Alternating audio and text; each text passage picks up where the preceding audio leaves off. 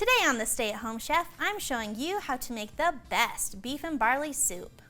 I sure love a comforting bowl of this rich and hearty soup.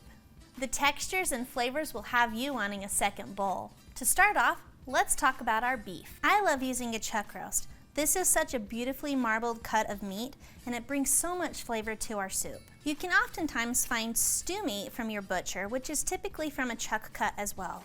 Or if you want to use ground beef, that'll work as well. But if you can choose, get a chuck roast. Trust me on this one. If you do use a chuck roast, you're going to want to cube that up into 1-inch cubes. Feel free to trim off any of that hard fat or extra gristle.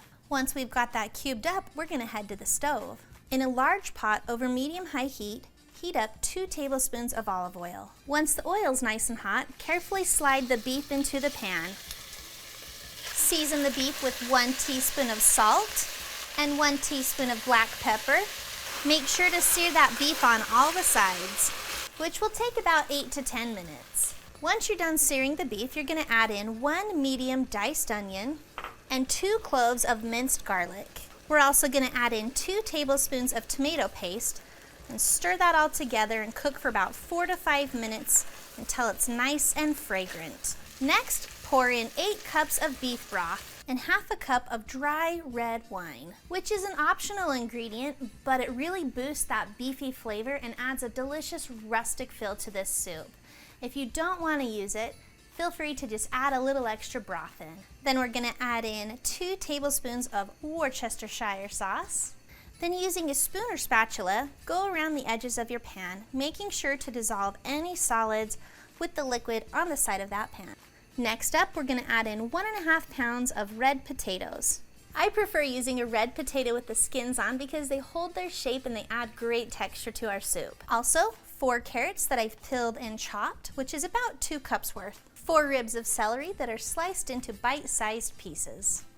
Now to add in all of those important ingredients, the spices.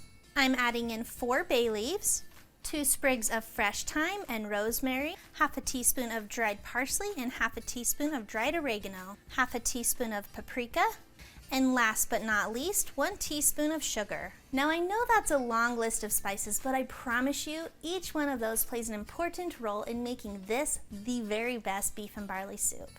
Each one of those is part of that flavor layering process, and that is what we're looking for. Give this a stir and bring that to a boil over high heat. Then we're going to reduce that heat to low and simmer covered for 60 minutes.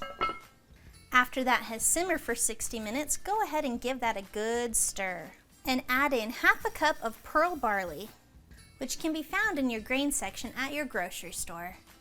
Then we're going to cover that and let that cook for another 60 minutes on low. Then you just need to remove those sprigs and those bay leaves, season it with a little bit of salt and pepper, and you are ready to eat.